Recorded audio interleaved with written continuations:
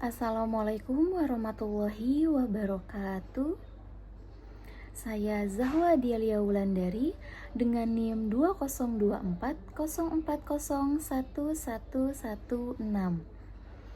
Video ini saya buat untuk memenuhi tugas mata kuliah Hukum Internasional KJ 001 yang diampu oleh Bapak Ogian Hafiz Juanda, SH LLM, CLA, CPR, CML, CMI, CMLC.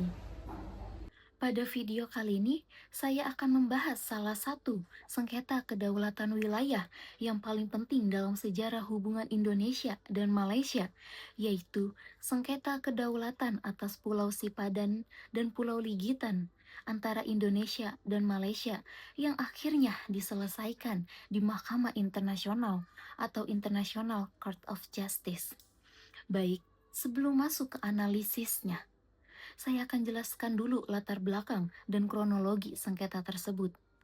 Pulau Sipadan dan Pulau Ligitan merupakan dua pulau kecil yang terletak di Laut Sulawesi, di lepas pantai timur Sabah dan berada di dekat pesisir timur Pulau Kalimantan. Kedua pulau inilah yang menjadi objek sengketa kedaulatan antara Indonesia dan Malaysia. Sengketa ini mencuat pada tahun 1969 ketika Indonesia dan Malaysia melakukan perundingan mengenai penetapan batas landas kontinen di Laut Sulawesi. Dalam perundingan tersebut, kedua negara berhasil menyepakati sebagian besar batas wilayahnya. Namun, pembahasan mengenai Pulau Sipadan dan Pulau Ligitan tersebut tidak mencapai pada kesepakatan karena masing-masing negara sama-sama mengeklaim kedaulatan atas kedua pulau tersebut.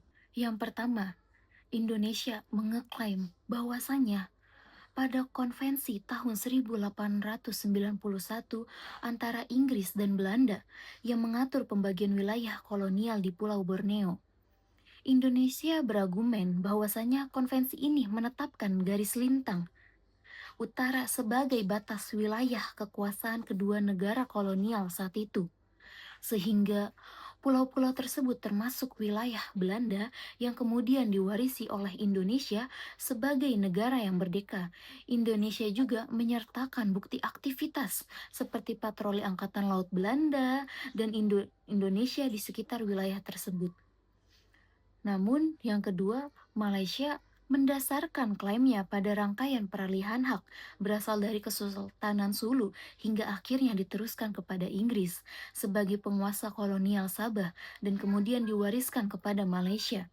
Selain itu, Malaysia juga memperkuat klaimnya dengan menunjukkan adanya berbagai tindakan administratif yang dilakukan secara nyata di Pulau Ligitan dan di Pulau Sipadan tersebut. Untuk mencegah sengketa semakin memanas, Indonesia dan Malaysia kemudian sepakat mempertahankan status quo atas Pulau Sipadan dan Pulau Ligitan tersebut. Artinya, kedua negara sepakat untuk tidak melakukan tindakan yang dapat memperburuk sengketa maupun mengubah status hukum kedua pulau selama proses penyelesaian sengketa berlangsung.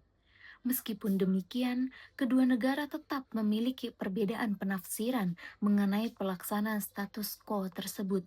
Berbagai upaya perundingan terus dilakukan, termasuk pembentukan Joint Working Group pada tahun 1991 untuk mencari penyelesaian atas sengketa kedua pulau.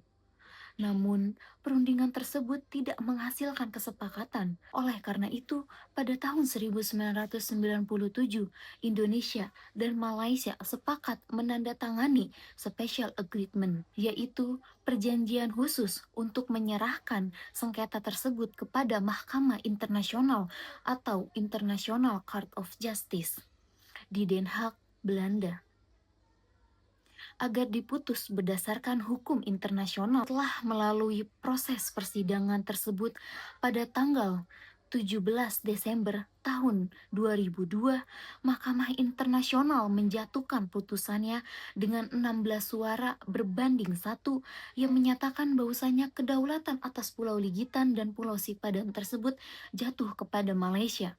Nah, yang menarik dari kasus ini adalah dasar pertimbangan hukum yang digunakan mahkamah dalam mengambil keputusan. Berikut saya akan uraikan dari sisi hukum internasionalnya. Yang pertama, soal dasar kewenangan mahkamah.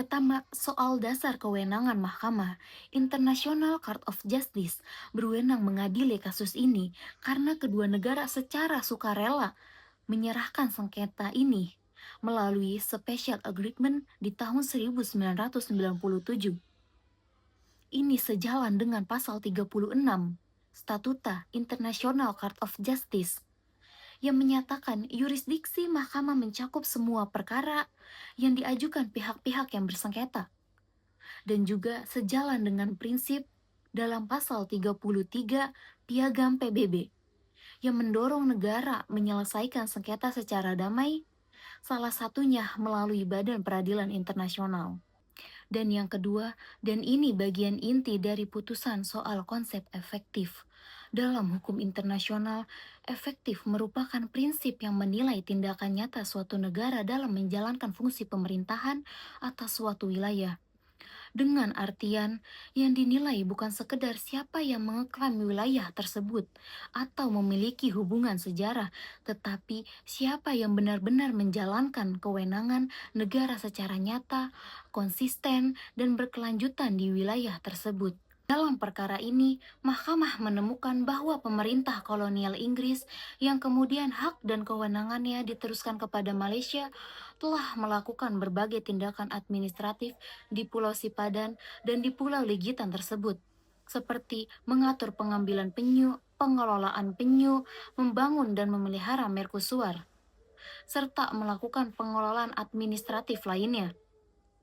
Walaupun jumlah tindakan tersebut tidak banyak, atas dasar pertimbangan tersebut, mahkamah memutuskan bahwa kedaulatan atas Pulau Sipadan dan Pulau Legitan tersebut berada pada Malaysia karena adanya bukti yang diajukan yang dinilai lebih kuat dalam menunjukkan pelaksanaan kedaulatan secara nyata dan berkelanjutan.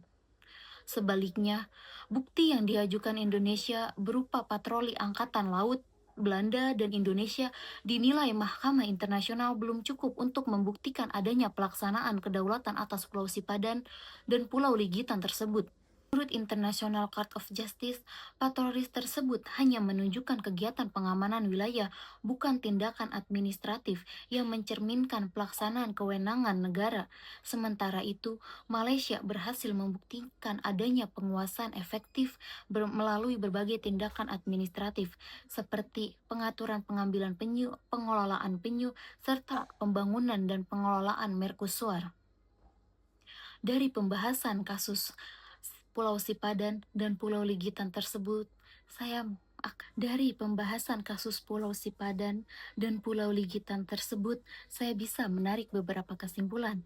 Yang pertama, dalam hukum internasional, kepemilikan historis atau warisan kolonial saja tidak cukup untuk membuktikan adanya kedaulatan atas wilayah tersebut. Yang jauh lebih menentukan adalah bukti penguasaan efektif, yaitu berupa tindakan administratif nyata berkelanjutan yang menunjukkan negara benar-benar menjalankan fungsi kedaulatannya di wilayah tersebut. Yang kedua, kasus ini juga menunjukkan pentingnya penyelesaian sengketa secara damai melalui jalur hukum internasional, sesuai dengan prinsip yang telah diatur dalam Piagam PBB dibandingkan penyelesaian melalui konflik terbuka. Meskipun hasilnya tidak menguntungkan bagi Indonesia, proses ini menjadi contoh baik bagaimana dua negara berdaulat menyelesaikan sengketa wilayah secara tertib dan mengikat. Selain itu, putusan Mahkamah Internasional dalam perkara ini juga menjadi salah satu presiden penting dalam hukum internasional mengenai penyelesaian sengketa wilayah antar negara. Kasus ini juga menunjukkan bahwa penyelesaian melalui jalur hukum mampu memberikan kepastian hukum sekaligus menjaga hubungan baik antar negara tanpa harus menggunakan kekuatan bersenjata. Demikian pembahasan yang dapat saya sampaikan mengenai kasus Pulau Sipadan dan Pulau Legitan. Terima kasih atas perhatiannya. Wassalamualaikum warahmatullahi wabarakatuh.